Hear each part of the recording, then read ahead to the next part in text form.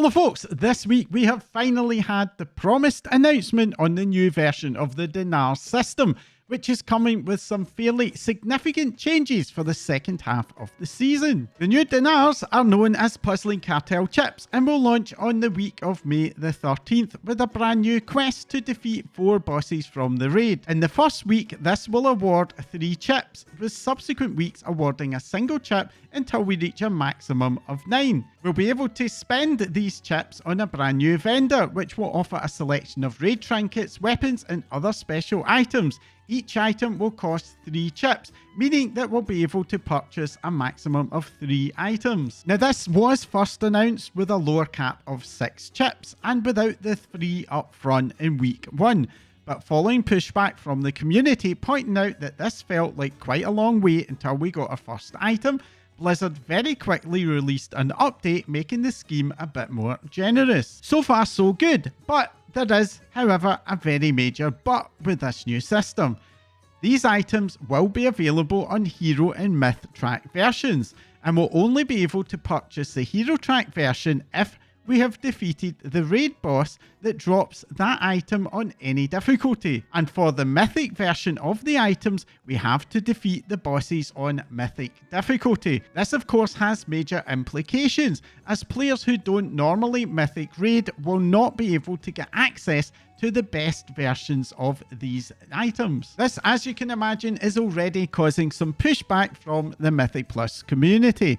Blizzard did explain in their update that they saw the previous iterations of Dinar systems as a core part of an accelerated approach to gearing up in what was shorter than usual Season 4s, whereas in this case they want it to be much more of a bad luck protection system. Blizzard have always been very upfront about their desire to offer some advantage to players who do both Mythic Plus and Mythic raiding, and it's long been the norm for Mythic Plus only players to end up feeling a little bit behind the Mythic raiding community. And I do think that the developers also see the Dinar system as a way to try and nudge non-raiders into trying out raiding.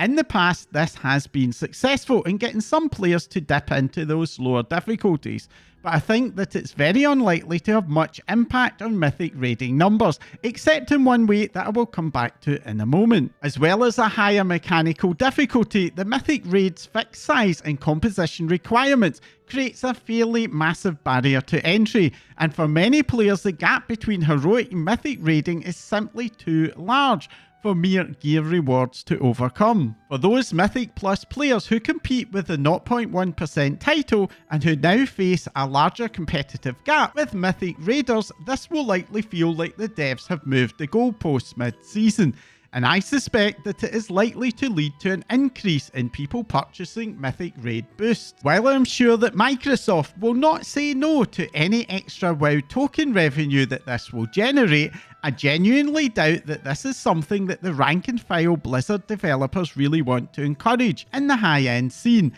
so hopefully this is something that they will take another look at. The Dinars system is not the only major change that is coming on the 13th.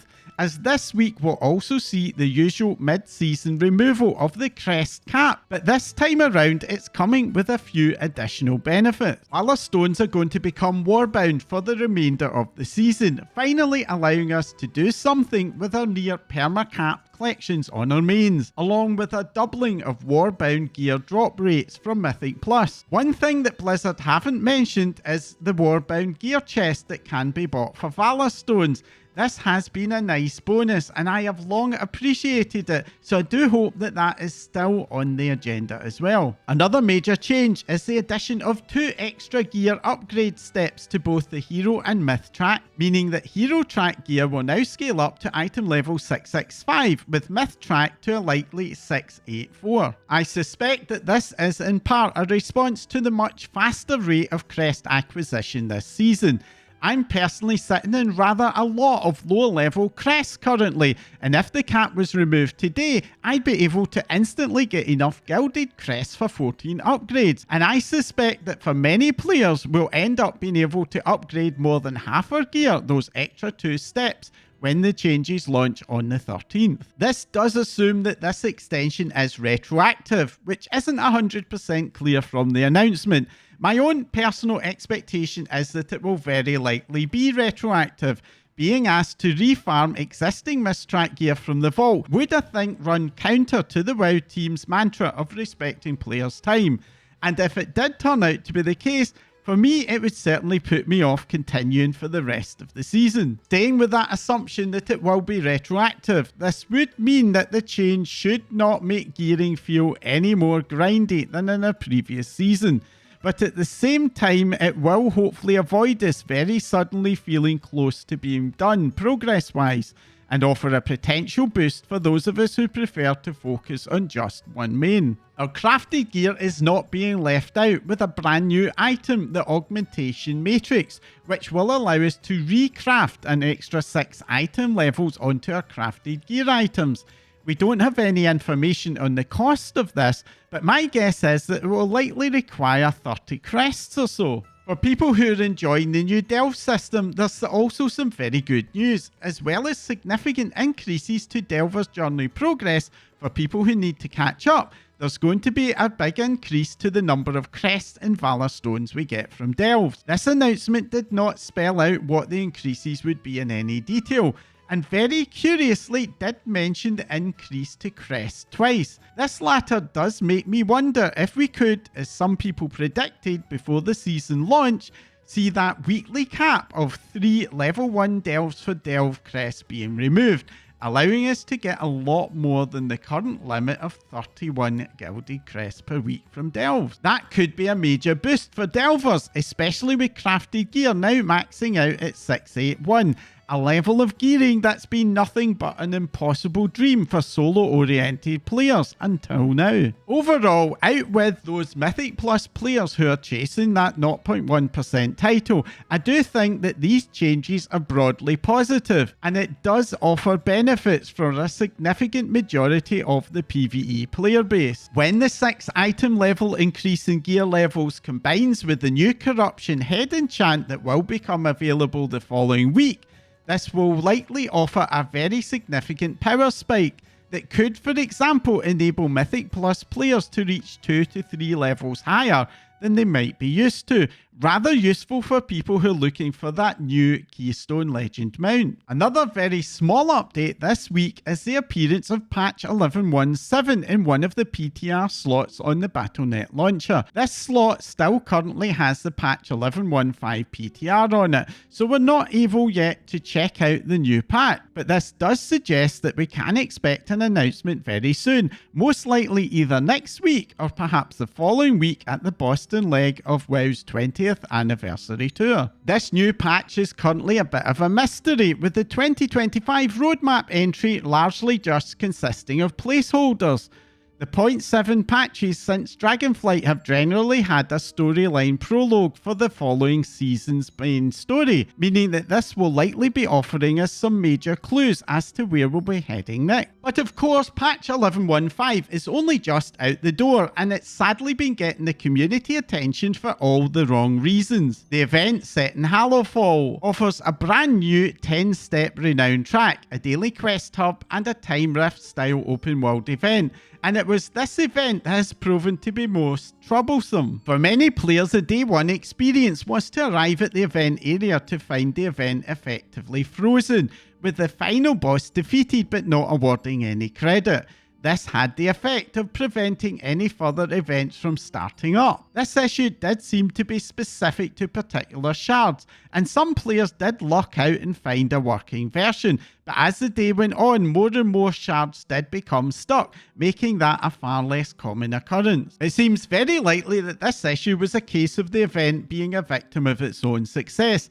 That is, with lags and desyncs caused by the large number of players gathering in the same area being the root cause of the issue. This has, of course, always been the Achilles heel of pretty much every MMO. By Thursday, the developers did announce that they had been able to release some performance improvements, and at least in my experience, this is preventing the event from getting stuck and enabling more reliable completion.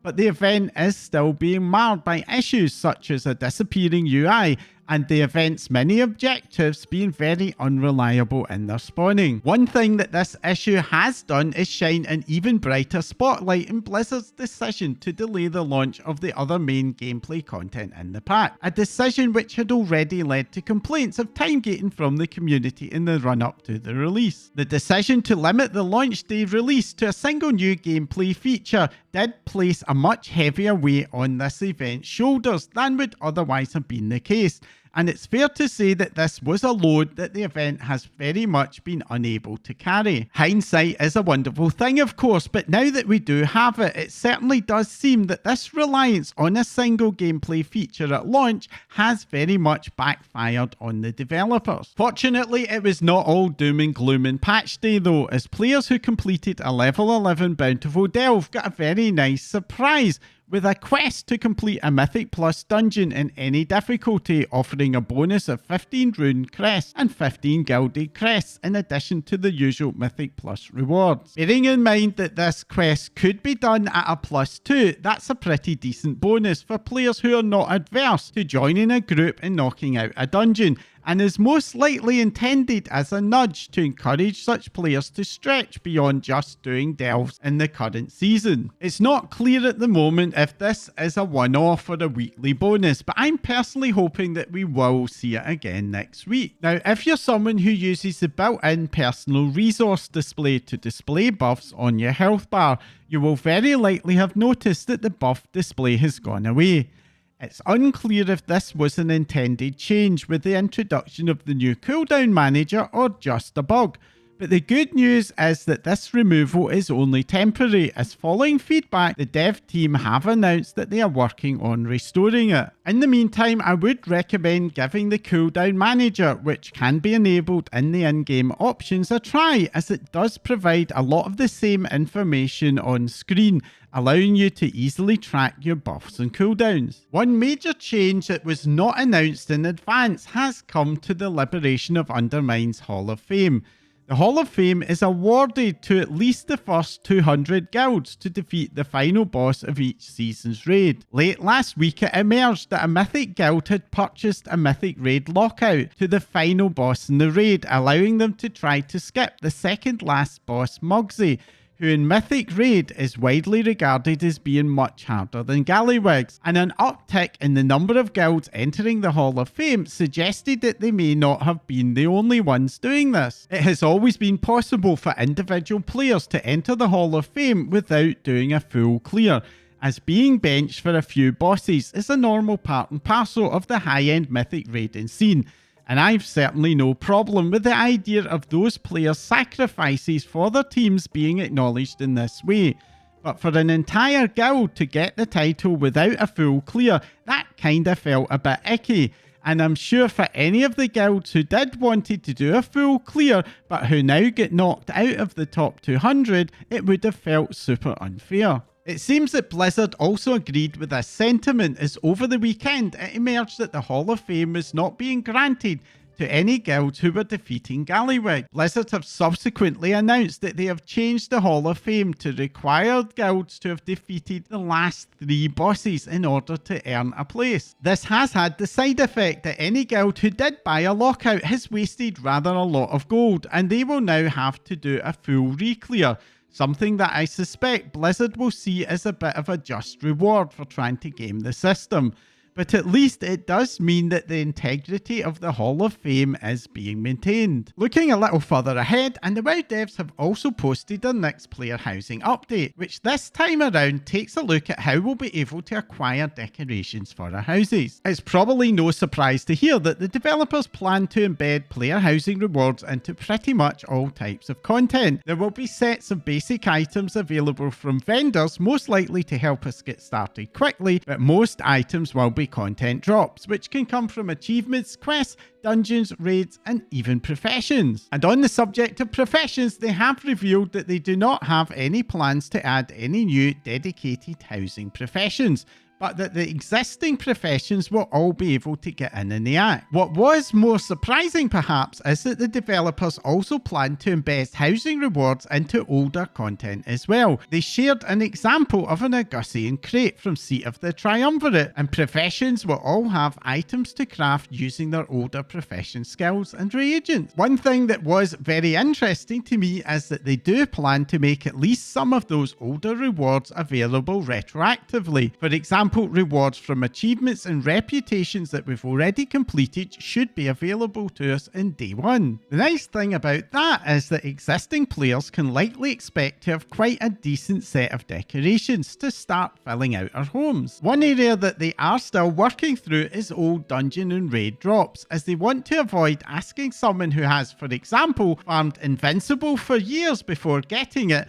to have to go back and farm his crown for even more years. But that appears from the announcement to be something that they haven't fully fleshed out yet. Overall, this update didn't have any major surprises compared to the previous ones, but I do very much like that they are integrating player housing into the old world, as I often think it can be a shame how few reasons that we have to visit some of the older content. And finally, for this week's news update, I do have a couple of reminders of some upcoming content. This Monday, April the 28th, sees the launch of this year's Children's Week holiday event, which is, according to the 2025 roadmap, set for a bit of a revamp. As always with the holiday events, Blizzard does not share any details in advance, so we don't know if this is going to be a full gameplay update, similar to last year's Love is in the Air update, or just some updated reward. Children's Week is one of my favourite holiday events, but its core is getting a little bit long in the tooth,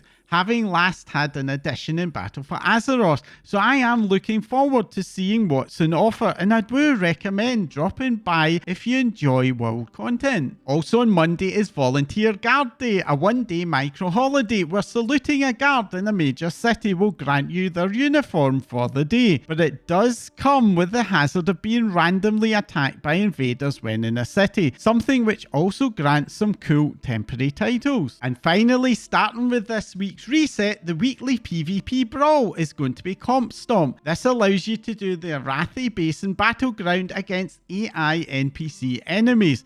It's fair to say the NPCs aren't particularly challenging, and you have to be spectacularly unlucky to have one of these Comp Stomp runs last more than 5 minutes. These runs are a great way for anyone who prefers to avoid PvP to farm basic PvP currencies like Honor and Marks of Honor, which can be used to obtain PvP cosmetics, along with the Honor level track, which has a bunch of rewards including some cool mounts. The last couple of times that Comp Stomp has been up due to issues with the following week's brawl, Deepwind Dunk, Comp Stomp has ended up lasting for 2 weeks, something which isn't usually announced, so it will be worth checking the following week as well to see if it stays up. And that's it for this week. What are your thoughts of the new patch? Is the new event now up and running for you, and how do you find it? Let me know in the comments down below. And if you found this week's update useful, fun, or even just plain annoying, then do let me know by hitting that like icon. And if you want to support my channel and find out when my next video goes live, then also hit that subscribe button right now before you forget. That's all for now. Thanks for watching.